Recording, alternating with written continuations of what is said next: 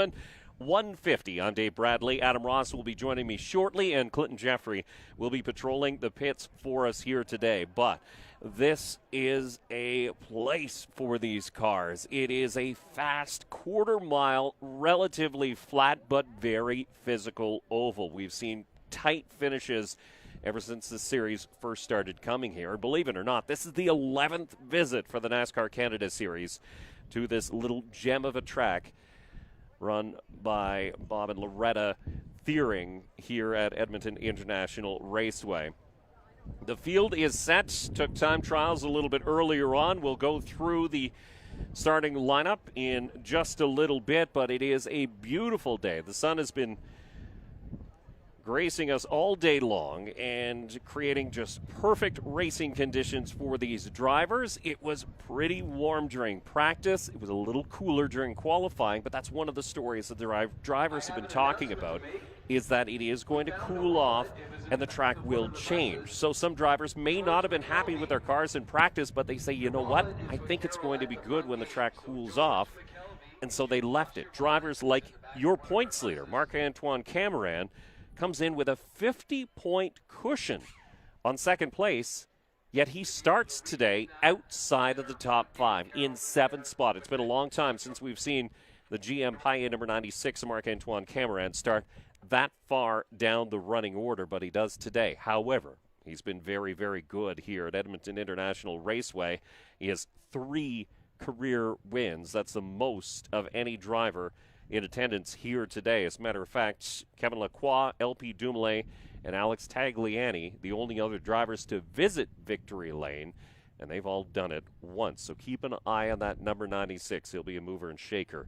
Big surprise is your pole sitter. Well, maybe not such a huge surprise, but Will LaRue has been fast at nearly every track he goes to over the course of the 2026 season. He snatched away the pole by 3/1000ths of a second over hometown favorite, a driver from Grand Prairie, Alberta, Jamie Krizik. He did not practice well. He was the 3rd driver out on track, and Jamie Krizik put it on the pole for the most part in E3 Sparkplugs pole qualifying, but nipped by the last driver out, and that was Will LaRue in that number 45.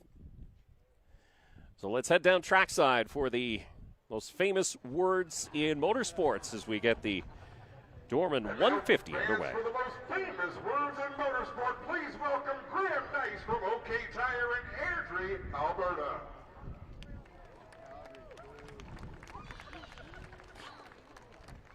Drivers, start your engines!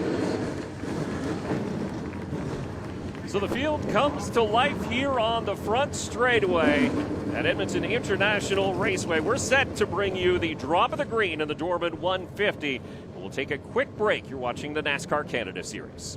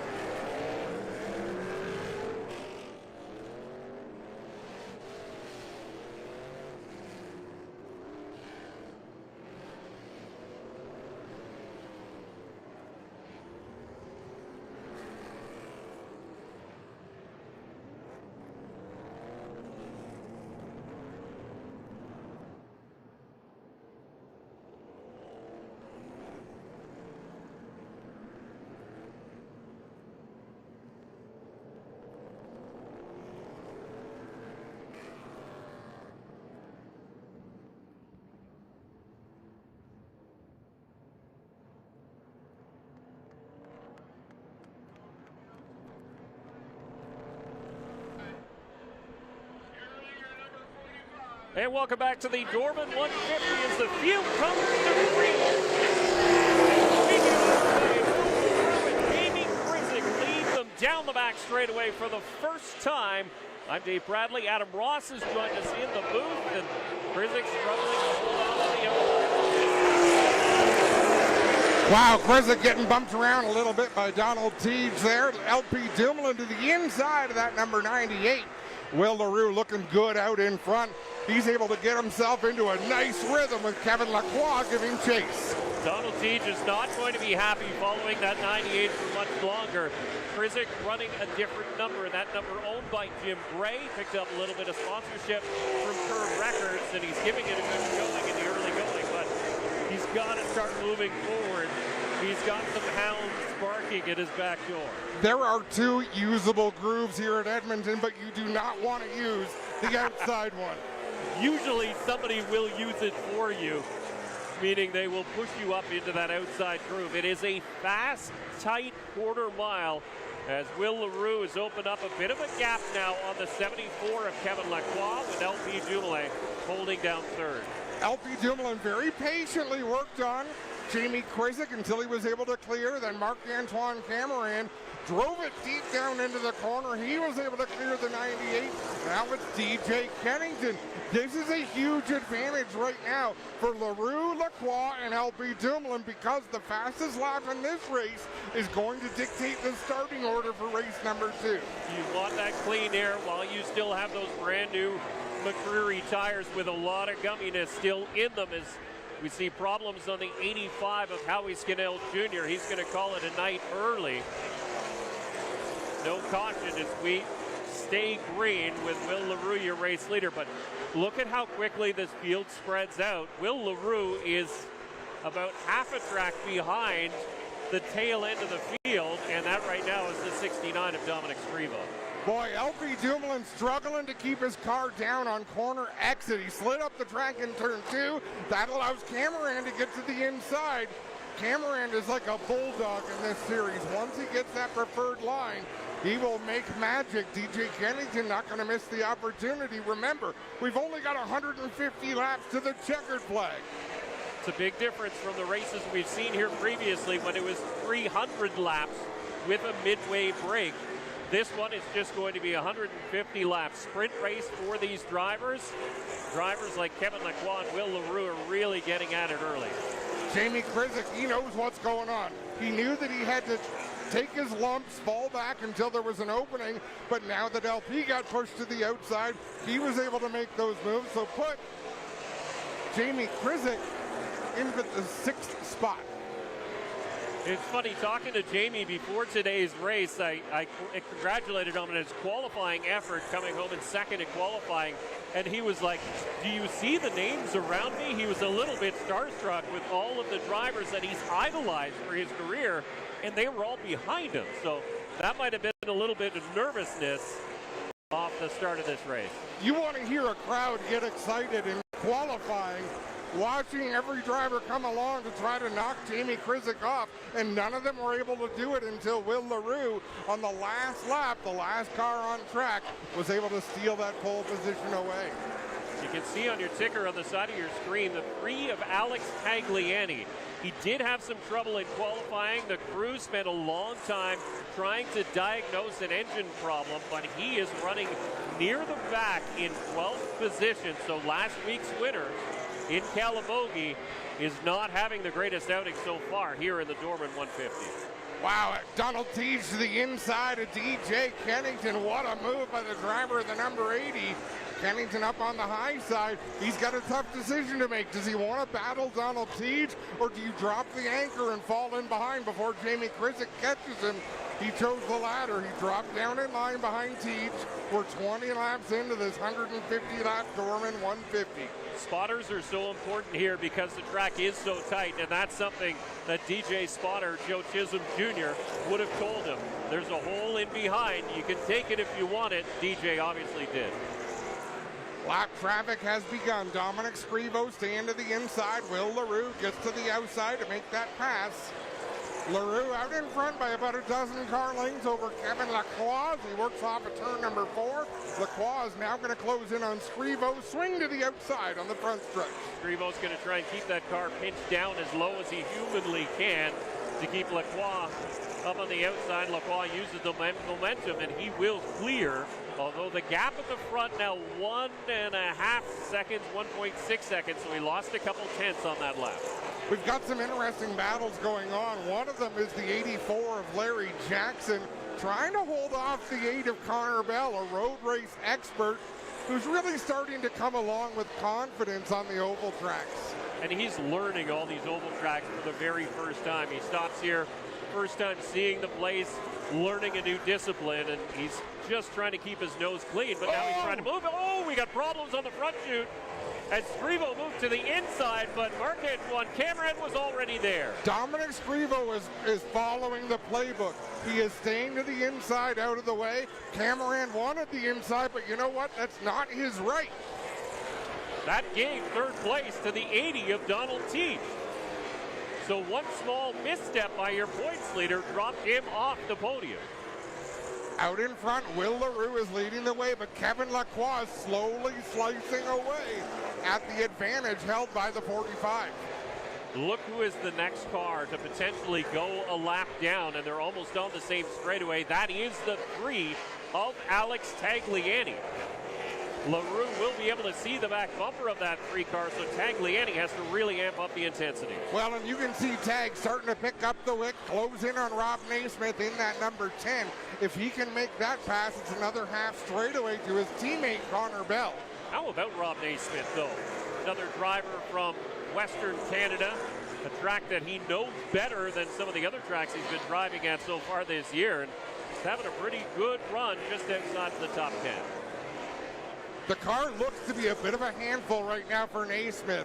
It's kind of jerky in the corners where he's trying to get to the throttle, and the rear tires just will not hook up for him. That's allowed Tagliani to close right in on that number 10.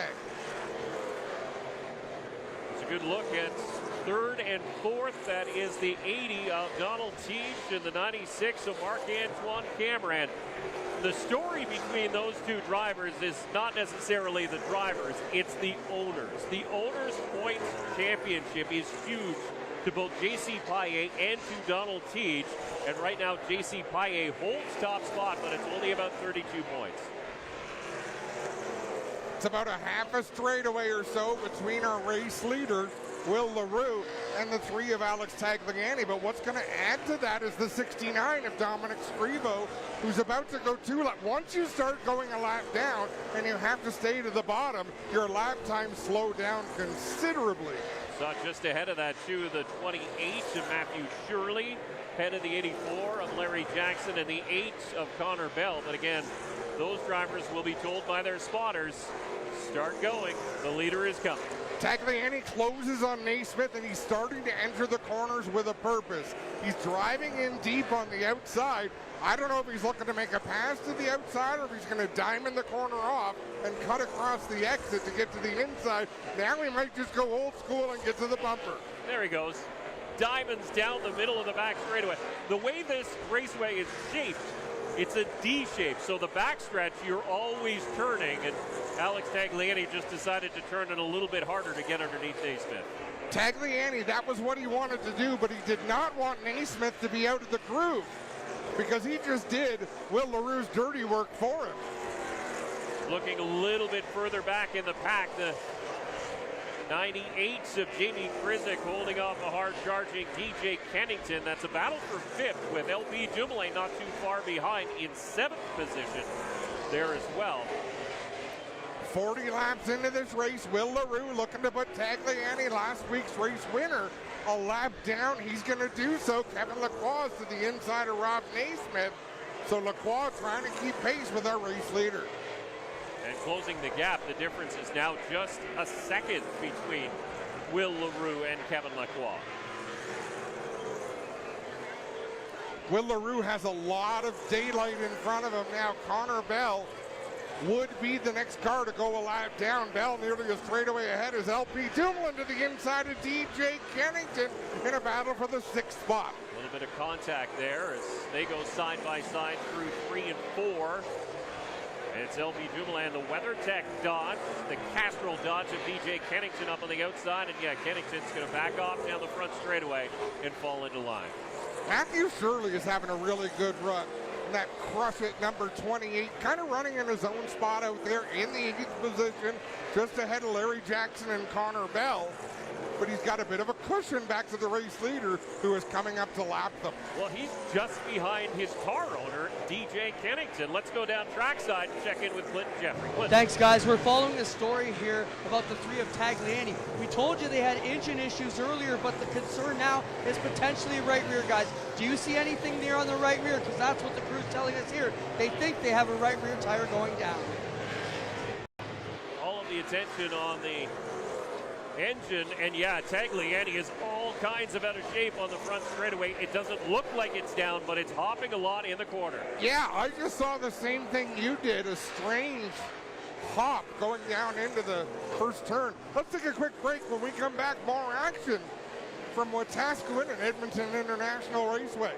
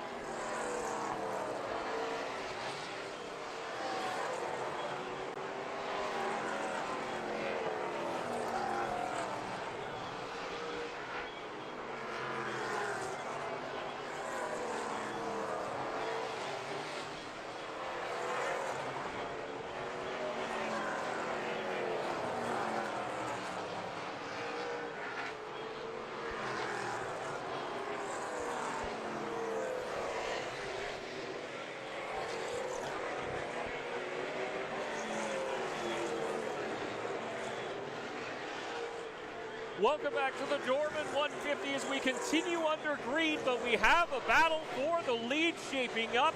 Third place just changed hands with Marc-Antoine Cameron getting around the 80 of Donald Teach, but it is super tight in the front. Will LaRue's lead has vanished over Kevin Lacroix. It certainly has. Marc-Antoine Cameron making that pass. Donald Teach testing the rear bumper. Clinton Jeffrey has an update. Thanks, Adam. Down here, the 69 of Dominic Scrivo. He's telling the crew potential oil leak here. They looked under the front and back trying to find it. Looks like they're taking it behind the wall. So a tough day for Dominic Scrivo, the driver from Alliston, Ontario, as Matthew Shirley in the crush at number 28.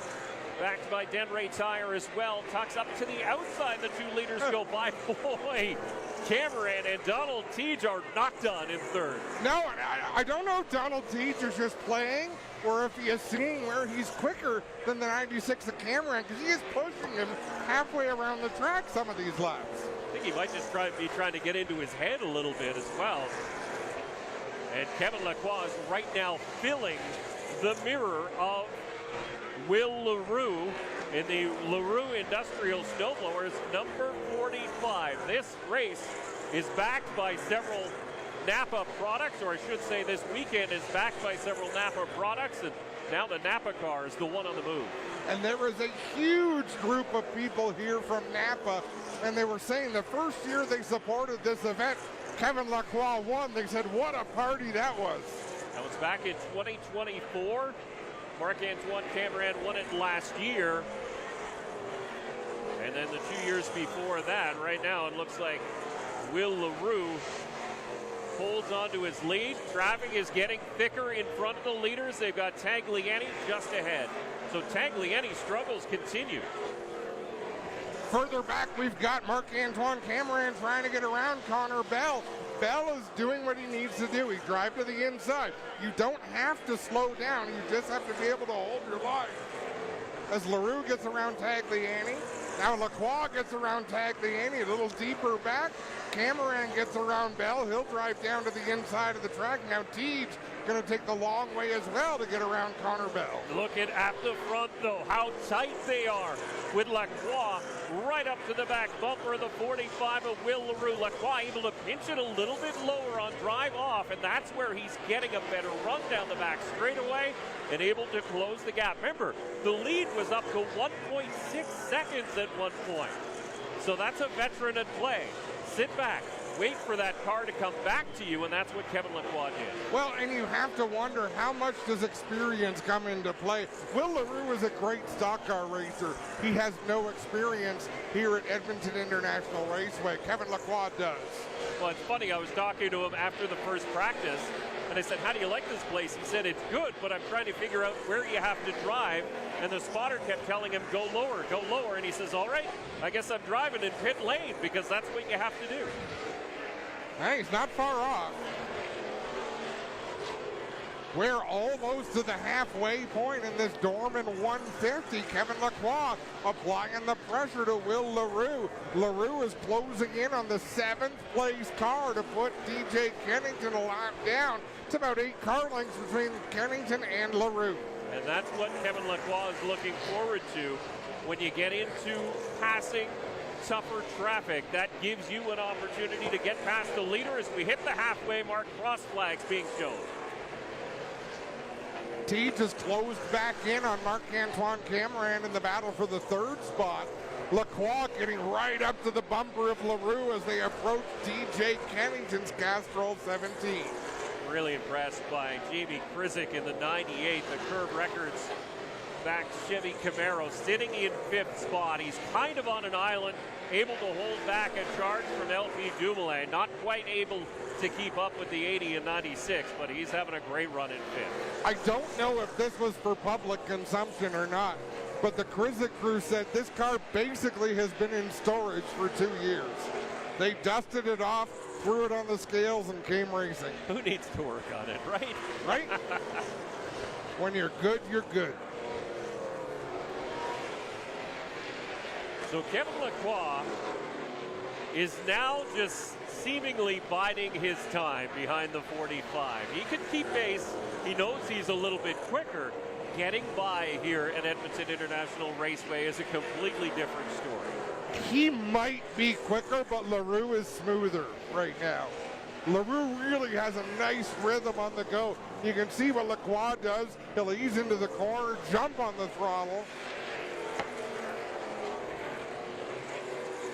Both of them are hitting the apron in turns 1 and 2, touching it a little bit, 3 and 4 as Lacroix took a peek down the back straightaway that time, and now off of 4, onto the front straightaway, side by side, new race leader Kevin Lacroix. LaRue got the car sideways, trying to get on the throttle, cross him over at a turn number 2.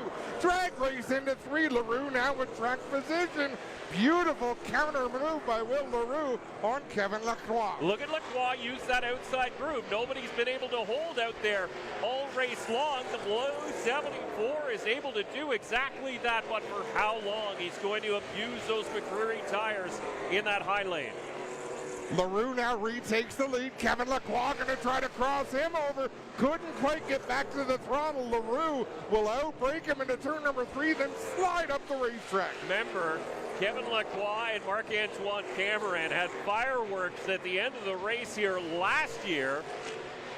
And it was Lacroix who came home in third, and now side by side once again at 3 and 4. Will LaRue is really learning how to get through turn 4 on that high side.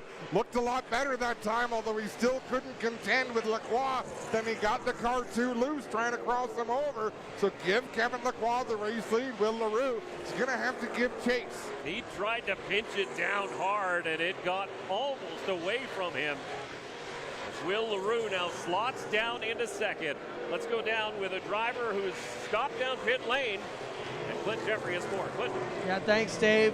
Alex Tagliani's had a heck of a day. They had a miss in the motor earlier. Then there was talk of a potential right rear. Now they're checking the rear end to see if it might be out askew or possibly loose in the rear end of the 3 car. A tough day for Tagliani, last race's winner.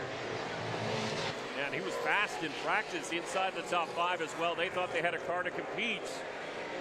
And unfortunately, his day will end early in this Dorman 150 at Edmonton International Raceway. Dave Bradley joined with Adam Ross in the booth, and Clint Jeffrey is poking in from the pits with the stories that we're seeing play out on the track. As Kevin Lacroix is still your race leader, settling in just ahead of the 45 of Will LaRue, and the 96 of Marc-Antoine Cameron currently running in third. You're watching the NASCAR Canada Series at Edmonton International Raceway.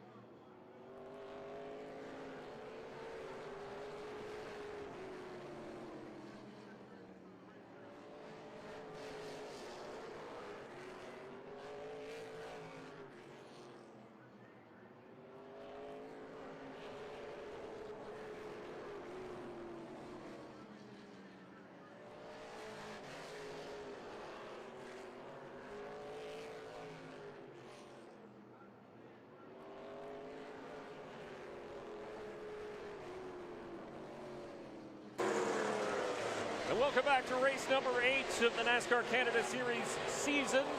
Kevin Lacroix continues to lead as we stay under green. So far, Touchwood, no cautions have slowed the field here in the Dorman 150.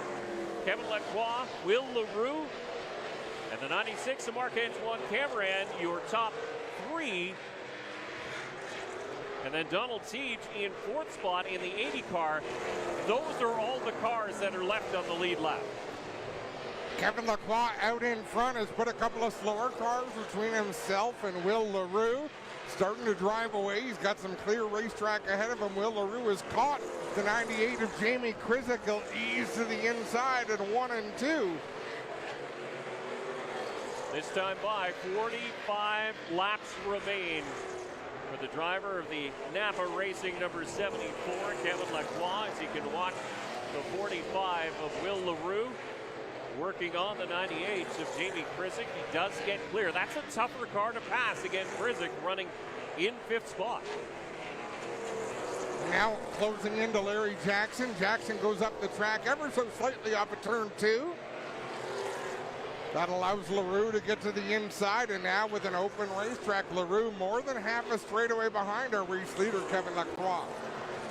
Interesting, the 80 of Donald Teague seems to have lost touch just a little bit with the 96 of Marc-Antoine Cameron. He went into turn 1 and 2 about 10 laps ago, and the car went completely sideways. So he might be backing things off to cool down those McCreary tires, but he can't back off too much. Matter of fact, DJ Kennington is hounding him now. Kennington a lap down to the 80 of Donald Teague. Laps continue to click away here. You almost wonder, Dave, is this the calm before the storm? Well, drivers tend to get impatient towards the end of races. This, the first of two 150-lap features we'll bring to you today. The next one will start at 9 o'clock, and you can watch it live once again. So that could also be playing on their mind. You don't want to dirty it up too much, because then you just have to fix it. And you've got to think, if you're Tagliani and Jason Hathaway and the rest of that 3 crew, you're thinking about the next race. This one's pretty much a write-off. What do you have to do to get that car right for race number 2? No doubt be thrashing on it in the short break we have between these two races. Tagliani will come back out and rejoin the field. But the leader is still working through lap traffic. Now getting around Matthew Shirley. So Will LaRue is about 1.1 seconds back of your race leader. Third place is Marc-Antoine Cameron, then Donald Teague in the 80 is in fourth. Jamie Krizik continues to round out the top 5. LaRue is closing on the 74 of Kevin Lacroix. He's got the one slower car. Saskatoon's Matthew Shirley between himself and the race leader, but he is turning some impressive laps here. Yeah, Shirley's going to be tickled with this run, sitting in 8th spot in that DJK prepared Crush It Dodge. He's having a great run for very limited experience in the NASCAR Canada Series. And this is not his home track. He used to run this race because it was out west, and then he'd really get ready to go to Saskatoon. We don't visit Saskatoon anymore, so Shirley's having to figure this place out. It's a much different style of driving. Well, he's been running a late model here a few times this year already in anticipation of running here, but again, different styles of cars. You run the track a little bit differently. As you can see, Kevin Lacroix putting the 3 of Alex Tagliani another lap down. Kevin Lacroix just holding a pretty wheel right now. That car looks very comfortable. He's opened up that gap again.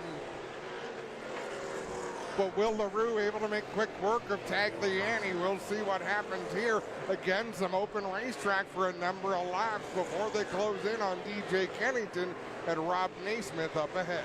30 laps to go. It's been that quick. 27 minutes to complete 120 laps here in the Dorman 150. A very quick pace being laid down by the Napa Racing number 74 of Kevin Lacroix.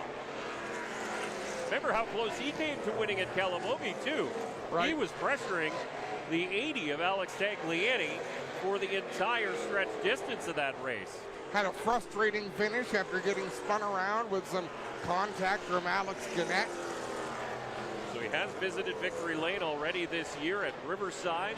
Second place continues to be the 45 of Will LaRue, and again, running by himself, 1.6 seconds that time at the straight, the difference between lead and second spot.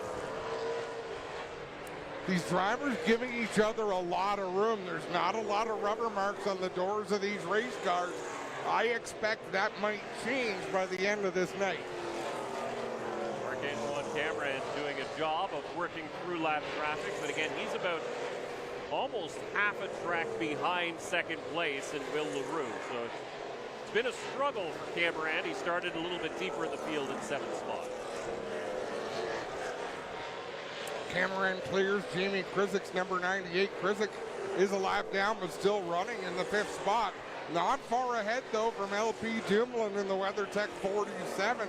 That could be our next battle for position on the racetrack.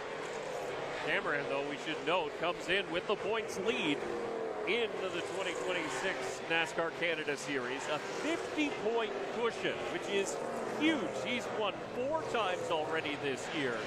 finished off the podium at Calabogie.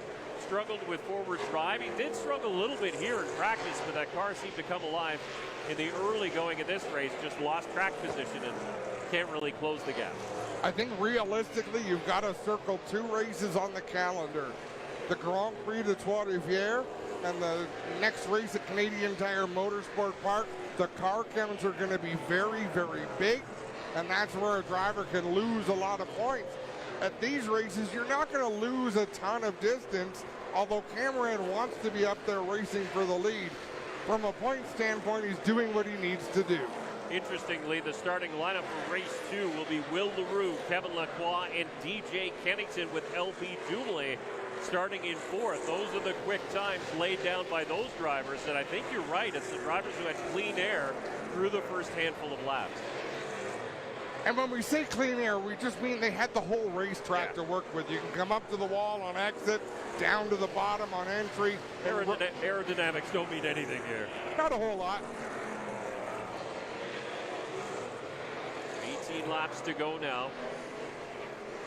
Now 17 as Lacroix comes through to click off another marker. That's how quickly the time passes here. It's just a shade over 13 seconds every time they cycle around Edmonton International Raceway. Yeah, even at a slowed down race pace, you're more than 4 laps a minute.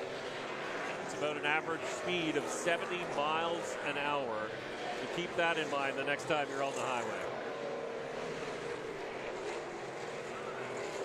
Will LaRue closing in on some slower traffic. He's got DJ Kennington right in front of him, nearly a full straightaway behind the leader, Kevin Lacroix, as Lacroix passes under the flag stand.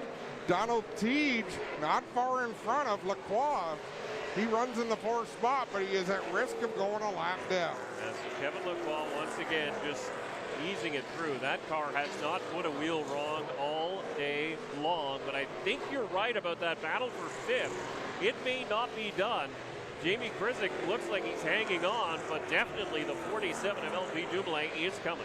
And this is the part of a race LP Dumoulin lives for. When drivers are getting hot and wary, he has got great physical conditioning. He is so fit, one of the fittest drivers in the circuit as well.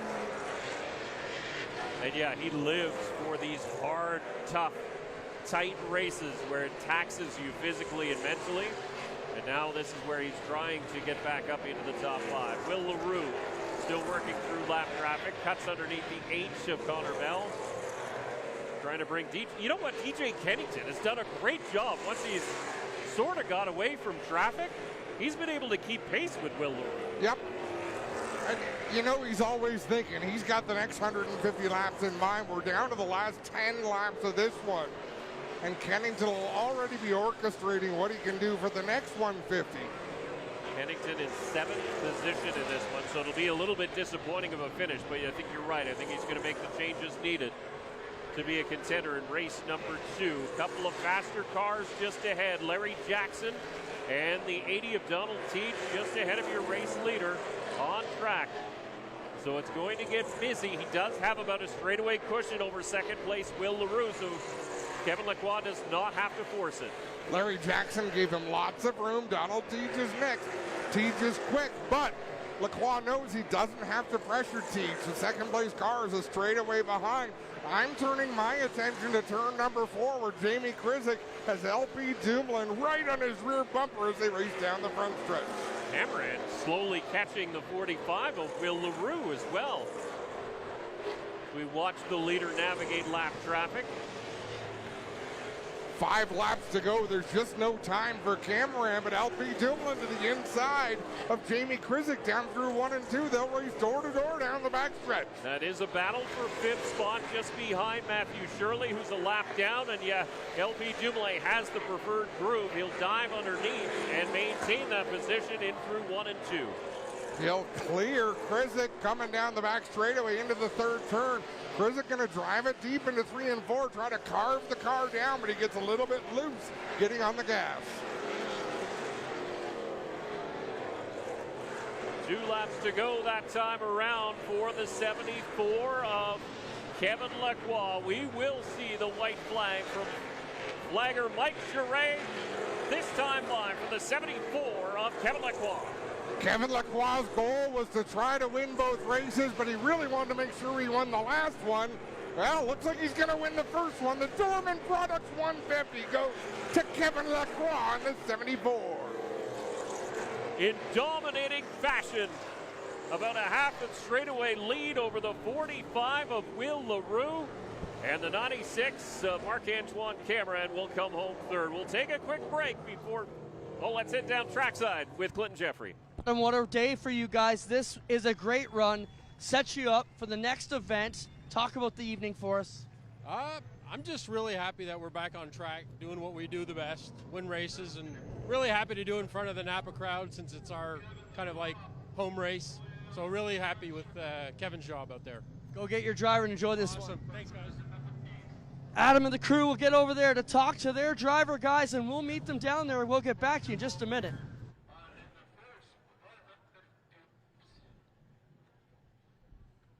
And we will take a quick break, and when you return, we'll bring you the Victory Lane festivities here at Edmonton International Raceway and the Dorman 150.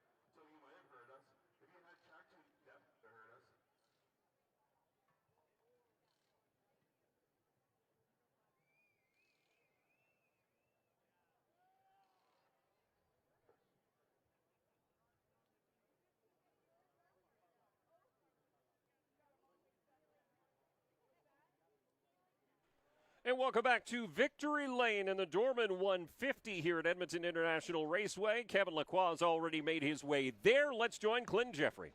Thanks, guys. Kevin Lacroix gets up on the roof, and the crew's here to salute him.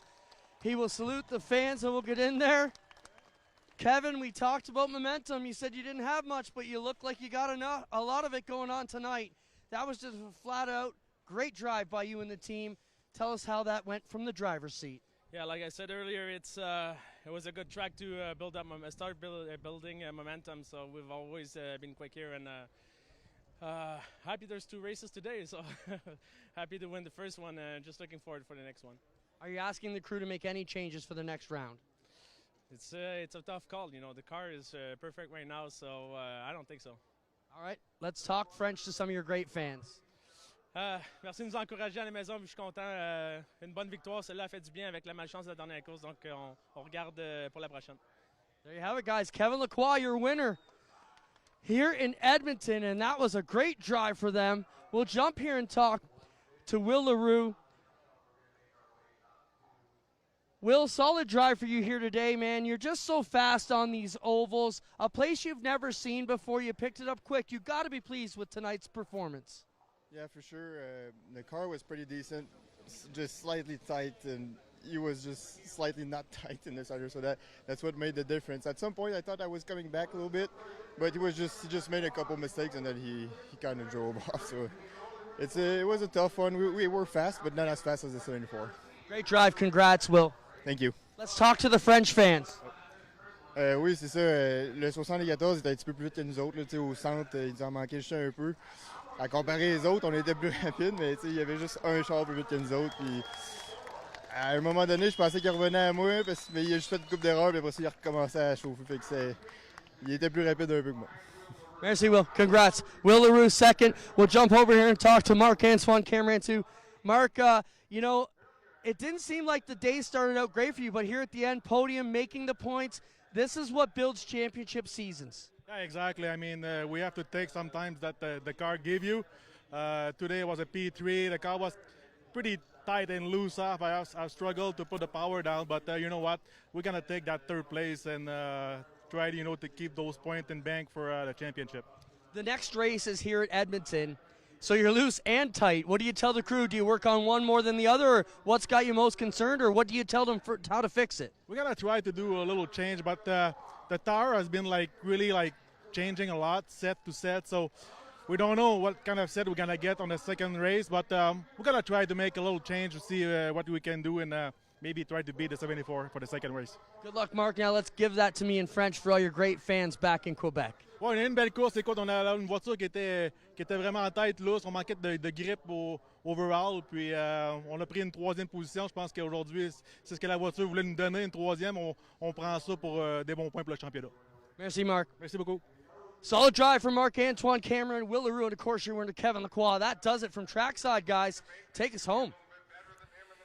Well, you've got a confident Kevin Lacroix. You've got a happy Marc-Antoine Cameron, and we know Will LaRue is going to be quick in race number 2. It's going to be a fun one. A little bit of time for the crews to work on these cars and try to make them a little bit better. But, again, that quiet confidence from the 74 of Kevin Lacroix, who lapped almost up to and including the 4th place finisher here today. Marc-Antoine Cameron will likely extend his points lead after a podium position here in Edmonton. So race number 8 is in the books, the Dorman 150. Big congratulations to Kevin Lacroix, to Will LaRue, and also to Marc-Antoine Cameron, your top 3 finishers here at Edmonton International Raceway. We'll be back at 9 o'clock, back on the air for the Carlisle Tools 150, the second half of a doubleheader here at Edmonton International Raceway. For Adam Ross and Clinton Jeffrey, I'm Dave Bradley. Thanks very much for joining us. This copyrighted telecast may not be reproduced, retransmitted, or used in any form without the authorized written consent of NASCAR Broadcasting. NASCAR would like to thank all of our fans for your support, and we hope you enjoyed today's broadcast.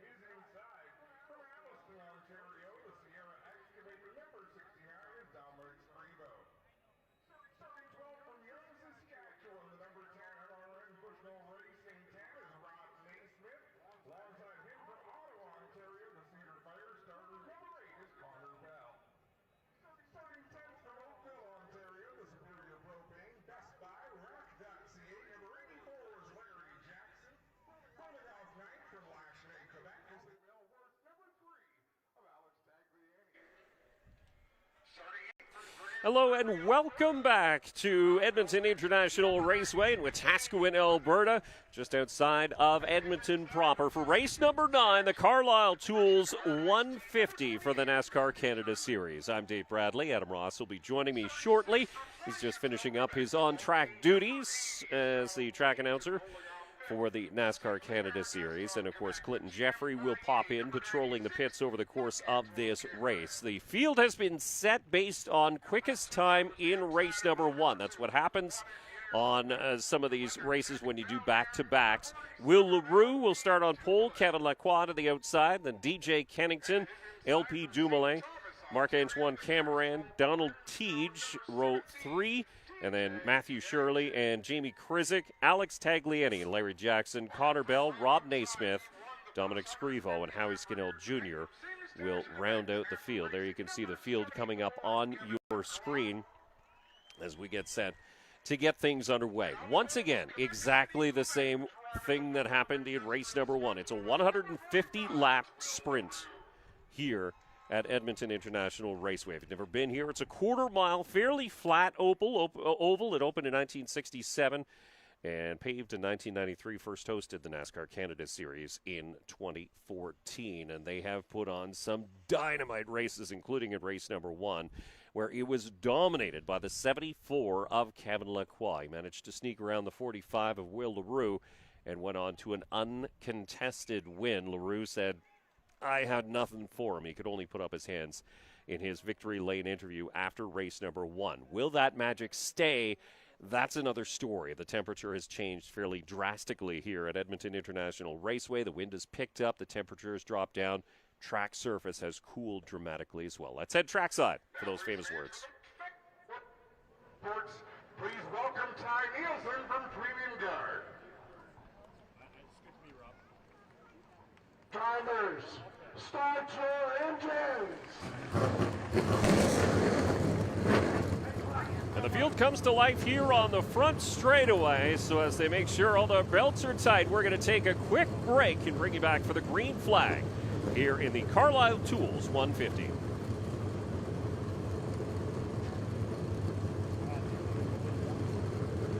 There you can see NASCAR official Gloria Eng going through all of the cars. A thumbs up from the drivers to indicate that the cars are running. They are set to do battle for 150 laps here on this very tight quarter-mile oval, and it is so very, very tight. The inside groove will be the place to be in the early going especially.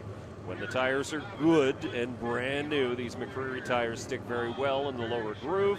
Once they start to wear out a little bit, that's when you can make some moves on the outside. They'll be catching lap traffic fairly quickly. As a matter of fact, race number 1 went by at a torrid pace. 0 cautions, despite this being such a tight quarter mile here at Edmonton International Raceway.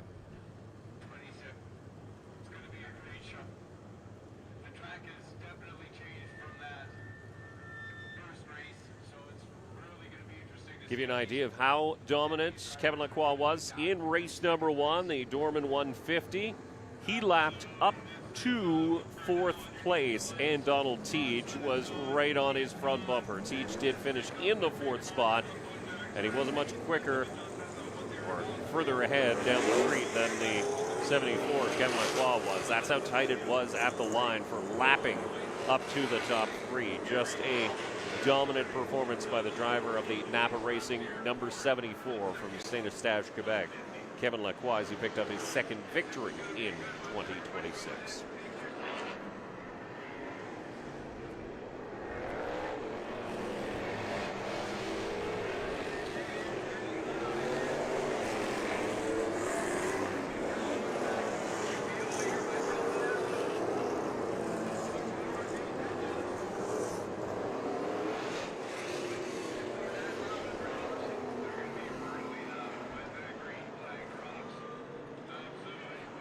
Hey, welcome back. The field is moving here at Edmonton International Raceway as we prepare for the green flag and the Carlisle Tools 150. They'll start to double up as Adam Ross has now joined me in the broadcast booth. But Adam, race number 1 went by in a flash, so the drivers now know they have to get up on the wheel and do it in a hurry.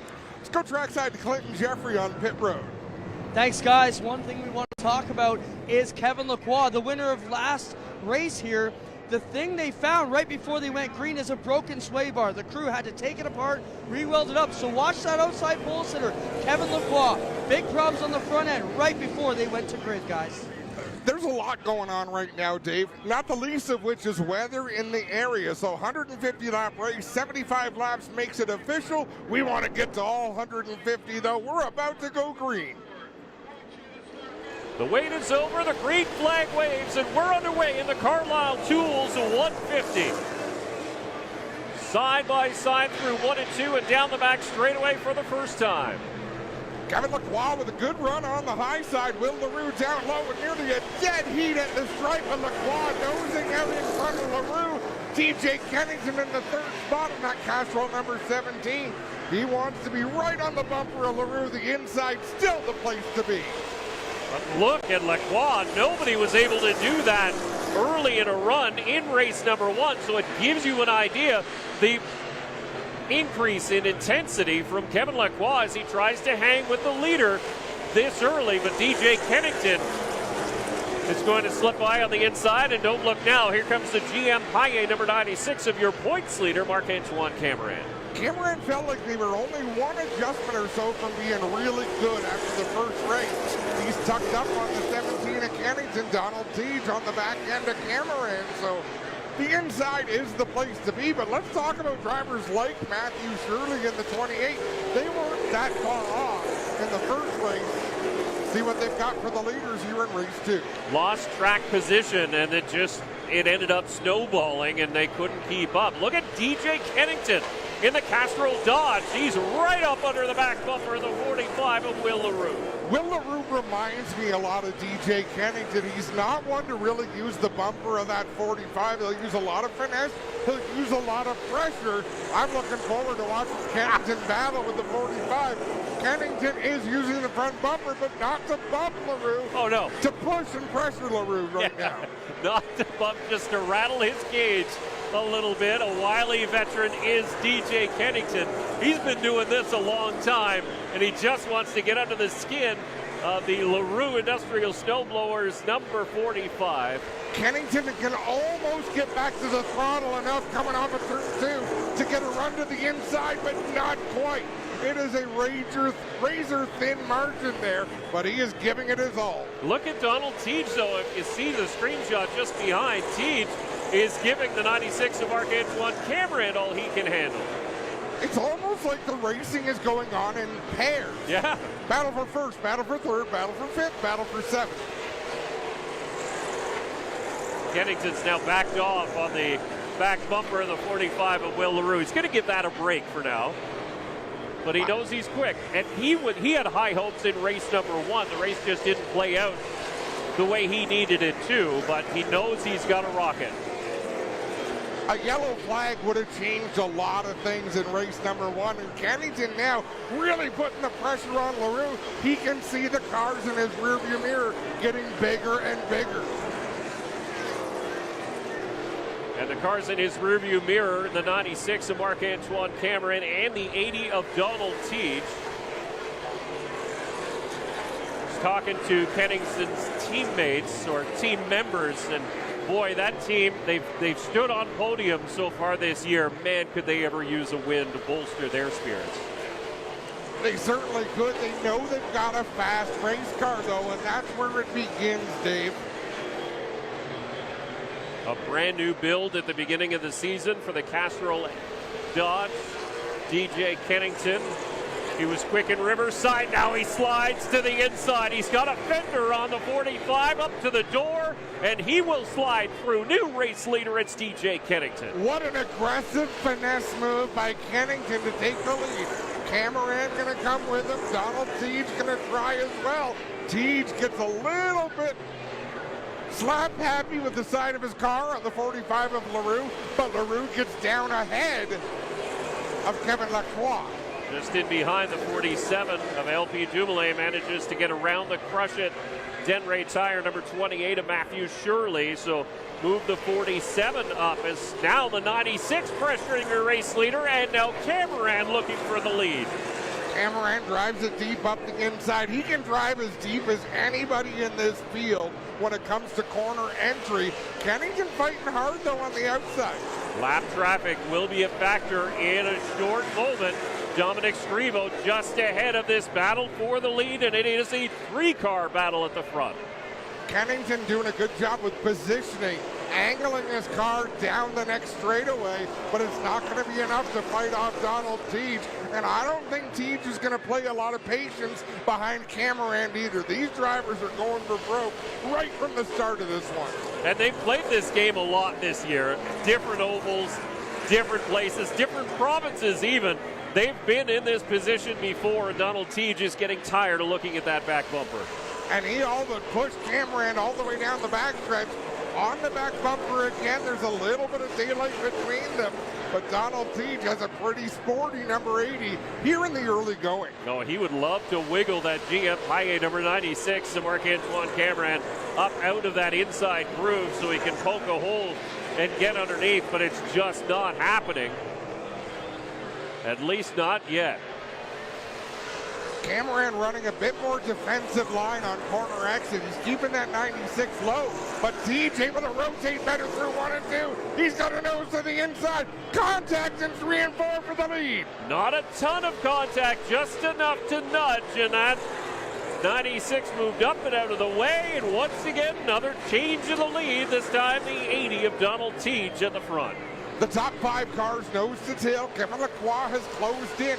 LP Dumoulin right behind them runs in the 6th spot. And how about Alex Tagliani in the 3? Tagliani needed a rebound race, and this could be it. He's up to 7th position after an absolutely miserable Dorman 150 here at Edmonton International Raceway. He still holds the track record in qualifying set way back in 2014.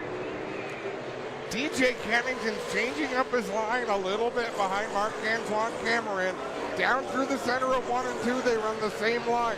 On corner exit, though, Kennington taking up a little more racetrack to let the car arc up off the turn. The track has changed so much temperature-wise. The sun has gone down.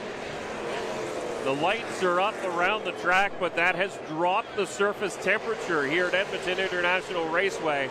And it's so interesting to see which cars have come to life and which haven't. The 74, so dominant, is now sitting in 5th spot. And you can see a little bit further back from your race leader, the 45 of Will LaRue was in the same boat as the 74. So very good, and he's struggling to get up to 3rd. Running a very similar approach to what Kennington did, putting the front bumper of that 45 right up on the rear bumper of the 17. Not really getting ignorant with it, just letting the 17 know, I'm as quick as you, now I'll drive to the inside. Will LaRue make that move for 3rd. Will LaRue is a sponge. He knows when things happen, he's like, is that how you do it? Okay, that's the way I'm going to do it next time. Certainly is. Is LaRue going to clear the 17 at Kennington down into turn number 3? Kevin Lacroix with a nose to the inside as well. Only 30 coming up on 35 laps complete here in the Carlisle Tools 150.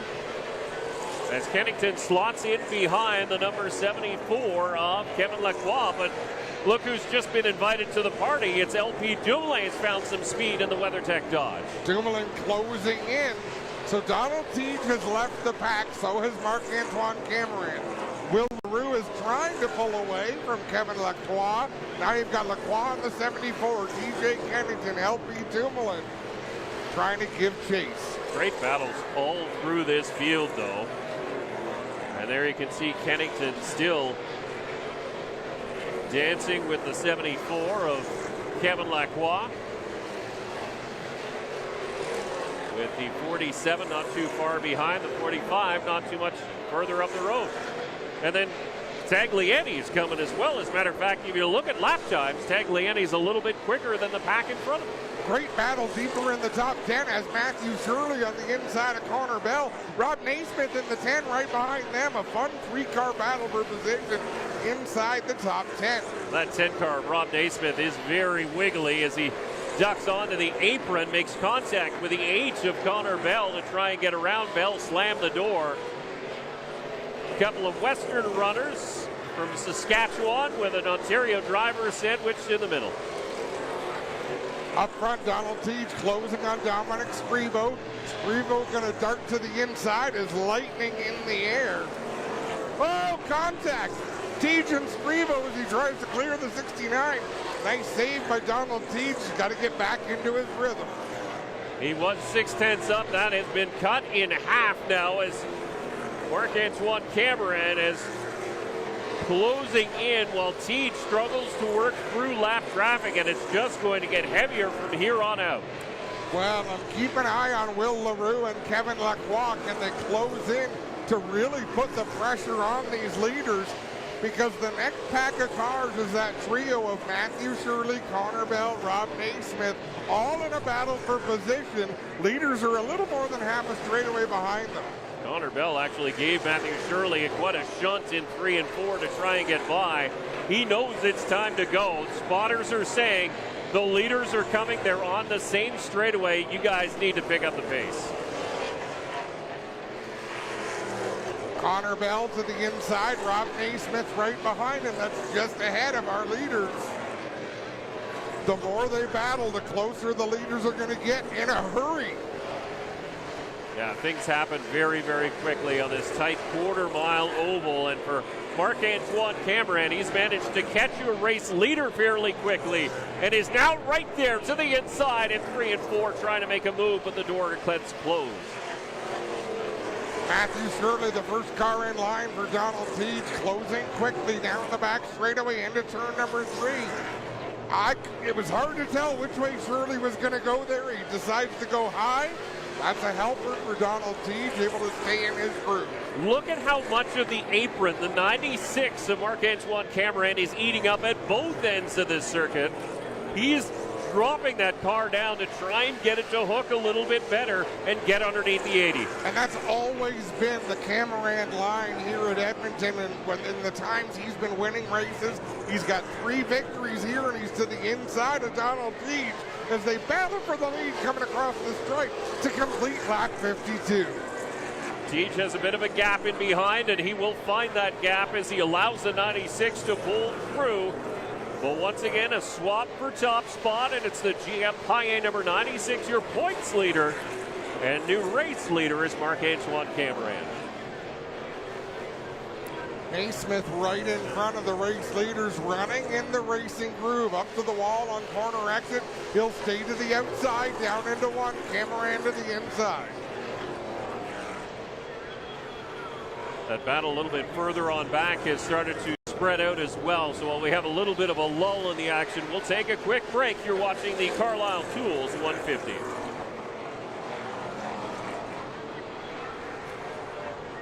So Cameron continues to lead ahead of the 80 of Donald Teach.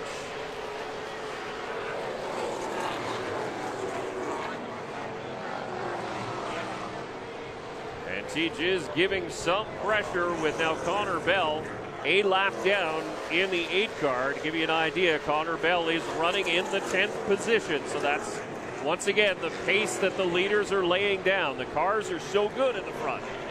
Oh, they've been lightning fast. They've been able to work traffic. Now they've got some clean racetrack for a little while. So Cameron going to see if he can extend the lead. Teach is going to see if he can keep the pressure on. That's off to Jamie Krizik, too. Another one of the Western drivers. Sat on the front row for race number 1. Didn't have quite as good a qualifying spot for this one, but he's pressuring Alex Tagliani for 7th spot. Yeah, he dropped way back at the start of this race and has been slowly picking up spots. For his sake, for the sake of the show, I'd love to see a yellow flag. It would definitely bunch things back up and save a couple of these drivers who are in jeopardy of going a lap down, as the 96 of Cameron just about 2 car lengths ahead of the 80 of Donald Teach. Working off of turn number 4, a little bit more slower traffic. Dominic Scrivo right down to the bottom of the track. In fact, almost onto the apron, giving the leaders lots of room.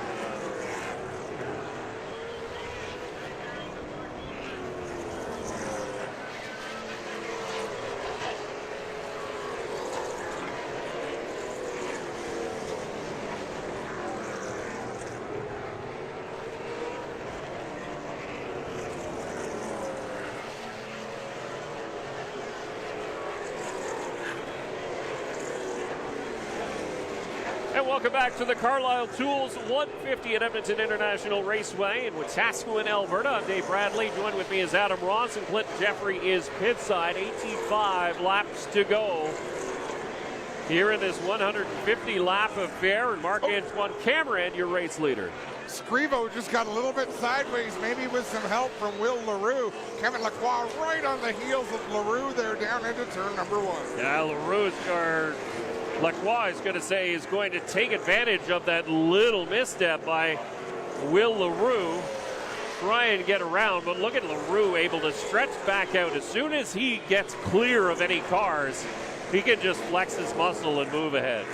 But how about Donald Teague, the KG veteran behind the wheel of the number 80, remains within a car length and a half of the 96 of Cameron, even closer now as they work through 1 and 2. Try to get around the outside of Larry Jackson. Cameron's got to use the outside. He doesn't like using the outside. You don't often see the 96 in that higher groove, but that's the way he's trying to get around the Superior Propane Best Buy Rack.ca number 84 of Larry Jackson. Marc-Antoine Cameron does not like getting out of the preferred groove. And now he's getting some contact from Larry Jackson as he tries to squeeze the 84 down. Look at Teague. Teague will just set sail and manage to get around, keeping pace with the 96. That's not what Cameron wanted to see. No, for sure it's not, but now he's got some clean racetrack again in front of him, about a straightaway. And then you get to Alex Tagliani and Jamie Krizik, so it's going to be a little while before they close in. Looking at the battle for third between LaRue and Lacroix. Still very, very tight. Lacroix tried to dive down on the inside, down the back straightaway, but eyes are still on your race lead with the 96 just ahead of the 80. And there is Lacroix, and you can see just how tight he is to the back bumper of the 45 of Will LaRue. Got a nose to the inside, not enough to really make it stick, but down into 1 with track position, he'll make that move. Kevin Lacroix up to the 3rd spot. Man, this race compared to the first one, some of these cars are all the way down on the apron, right on the flat, taking a walk on the sidewalk down to the inside of the track just to make these cars turn a little better. LP Dumoulin to the inside of DJ Kennington. That's a battle for the 5th spot. And watching Donald Teague drive across the flat of the track and then have to catch the car coming up. I mean, it's wild driving. Well, it's like you're entering pit lane and then you're exiting pit lane, but you're doing it at speed and you're doing it twice every lap. They're closing in on significant slower traffic as we watch LP Dumoulin to the inside, trying to clear the 17. He'll get around DJ Kennington, take up that 5th spot.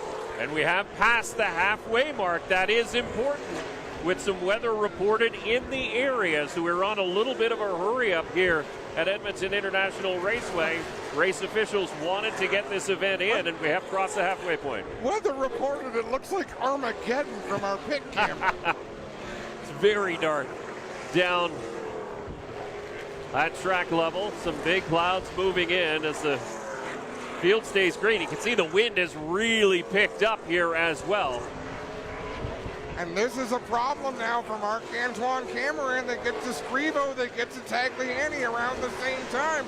Cameron having to plot his course through some very fast, slower traffic. They went outside on Scrivo, now inside on Tagliani, and Donald Teague is going to do the same thing. Teague can't quite keep pace. That number 96 of Cameron is just that much better. He is quick, but now Teague gets around and the yellow flag is displayed.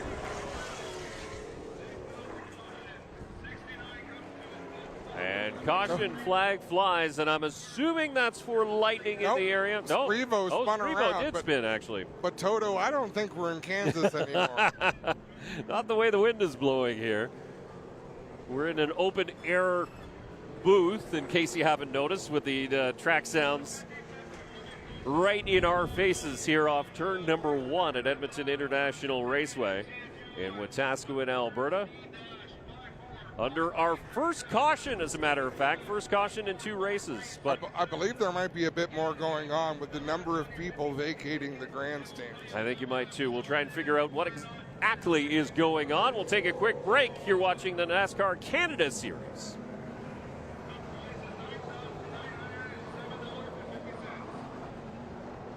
So, under caution, we are over the halfway mark, and that is important.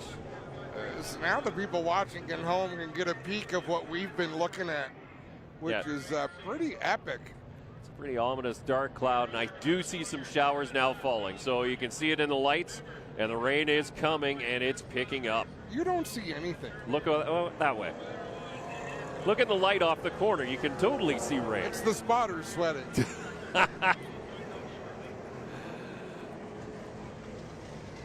Well, I can tell your camera crews are busy grabbing some of the rain gear that they've packed in to try and keep their equipment dry.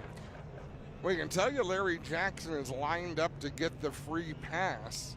Jackson in 9th spot.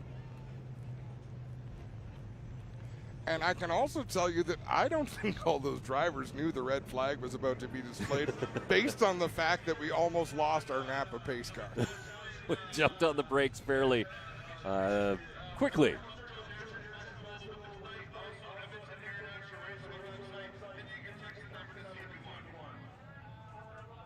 And so the red flag is displayed. We're just waiting for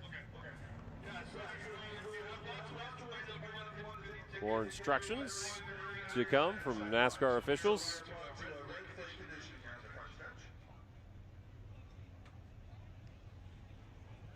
It feels like those cars were making a really nice breeze because now that they're not the wind's gone. running around the track, it has gotten very quiet. I don't know if it was the cars so much as the wind was doing that.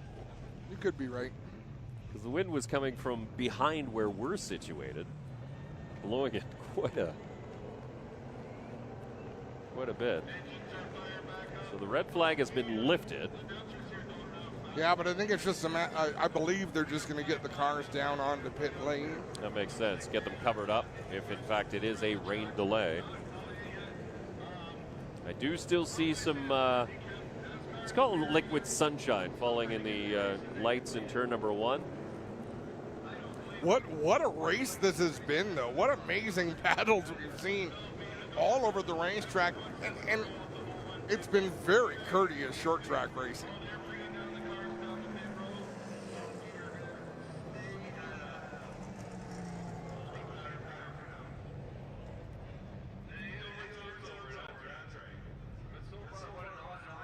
And welcome back. We're at Edmonton International Raceway for race number 9 of the 2026 NASCAR Canada Series season, the Carlisle Tools 150. I'm Dave Bradley. Adam Ross is with me in the booth, and Clinton Jeffrey is pitside seeking shelter at this moment because we are currently under a caution. That's him right there. Oh, yeah, he's not seeking. Right there he is. I see him out. Seeking, right. Clinton has run for the hills.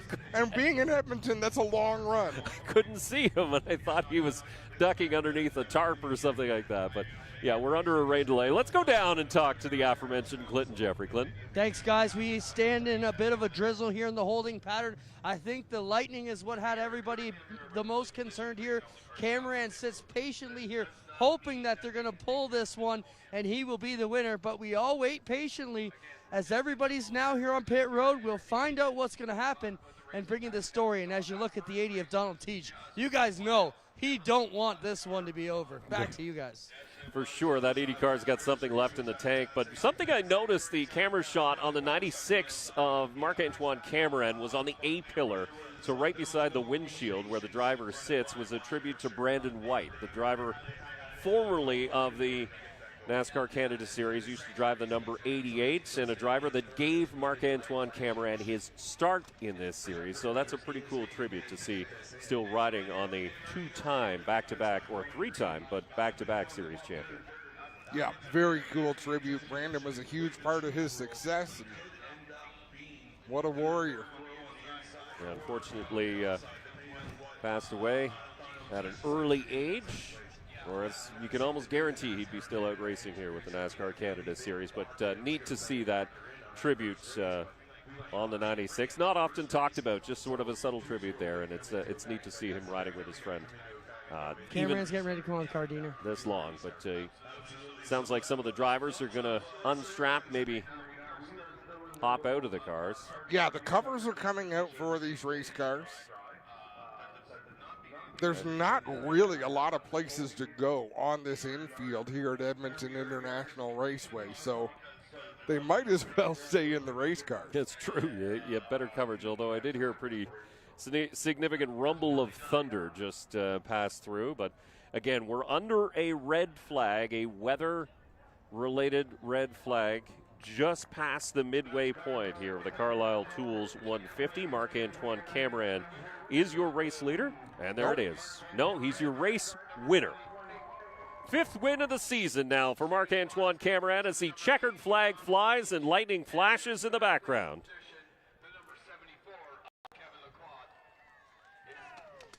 Donald Teague, Kevin Lacroix will round out the top 3. Will LaRue, LP Dumoulin will complete the top 5.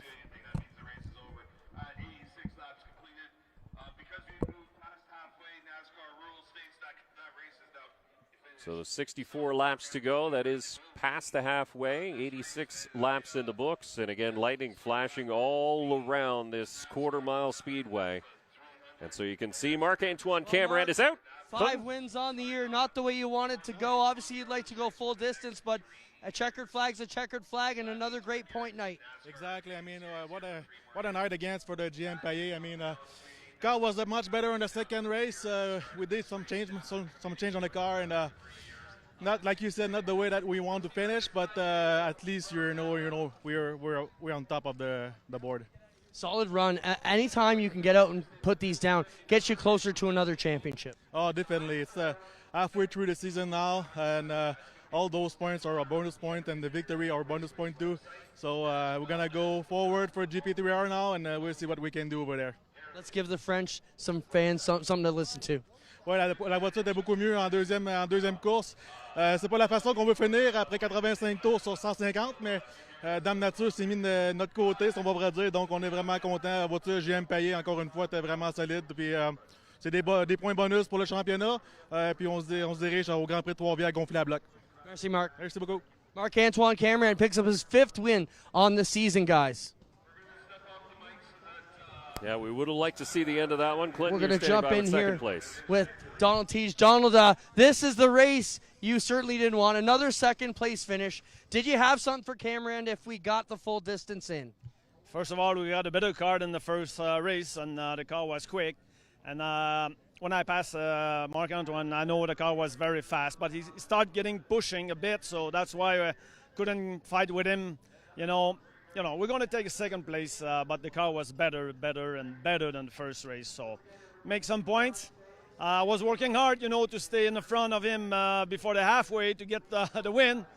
But, that's the way it is. It's not over yet. We're going to keep believing and keep going. Another great points night, Donald. Congrats. Let's say some words for the French fans watching. On a eu une voiture réellement meilleure pour la deuxième course que la première course. J'essayais très, très fort de rester en avant. Pour le milieu de la course parce que je savais qu'on était pour avoir de l'appui. Alors, mais Marc-Antoine était un petit peu plus vite vers la fin. Fait qu'on commençait réellement à avoir un petit peu de push de notre côté. Fait que, écoute, on prend notre 2e place. C'est pas ce qu'on voulait. On aurait aimé ça gagner cette course-là, mais que voulez-vous? Il reste encore beaucoup de tours à faire, beaucoup de courses. Fait que on va continuer à croire puis au championnat des propriétaires, ça c'est certain. Merci, Donald. Thank you. Donald Teague, guys, 2nd place here. He needed this one to keep going. And Kevin, a win and a 3rd out west. Pretty successful trip to Edmonton, no? Oh no, I'm still the one hit by the bad luck. We had the car to win.